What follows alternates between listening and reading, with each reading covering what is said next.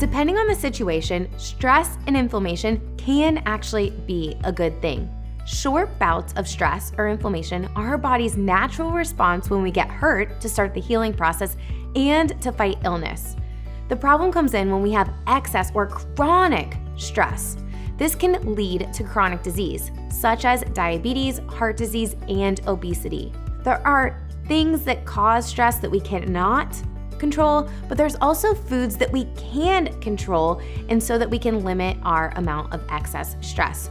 Here are 3 foods that cause stress that we want to be mindful of and limit throughout our day. Number 1, excess sugar. There's a reason why at Healthy Steps Nutrition, one of our core 3 principles is limit the amount of excess processed carbohydrates and sugar throughout the day. When we look at the top leading causes of death in the United States, 9 out of the top 10 are caused or worsened by elevated blood sugar. Sugar is a form of carbohydrates. When you turn over a specific food product, you can look at the nutrition facts label and see how many total carbohydrates there are, how much total sugar there is, and underneath that is the amount of added sugar. We want to look at the amount of added sugar. This is sugar that is added into the food to make it sweeter so it tastes better.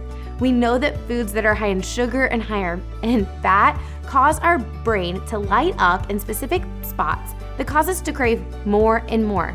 Companies add lots of excess sugar because they want you to buy more of their food products. So when we're reviewing the nutrition facts label, we want to look at the total carbohydrates, the total sugar, and the amount of added sugar that we are consuming in a food product. The second thing that we need to look at is the amount of fried foods that we are eating.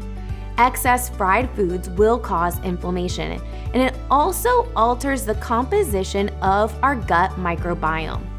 The third thing, excess alcohol intake. Not only does alcohol provide calories that our body can't use as fuel, it also causes inflammation and increases the recovery time for building muscle and recovering after workouts. So it takes you longer to build muscle, longer to recover after workouts when we're drinking excess alcohol. Now remember, there are factors that we can't control, like pollution and stress that we just can't control. But we can control some things, limiting those foods and adding foods that are going to help fight inflammation, like omega-3s. Good sources of omega-3s include wild-caught salmon, mackerel, almonds, and walnuts.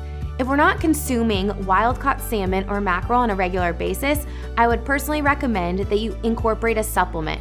We want to focus on just omega-3s because those fight inflammation. We don't want to have excess omega-6s, those cause inflammation.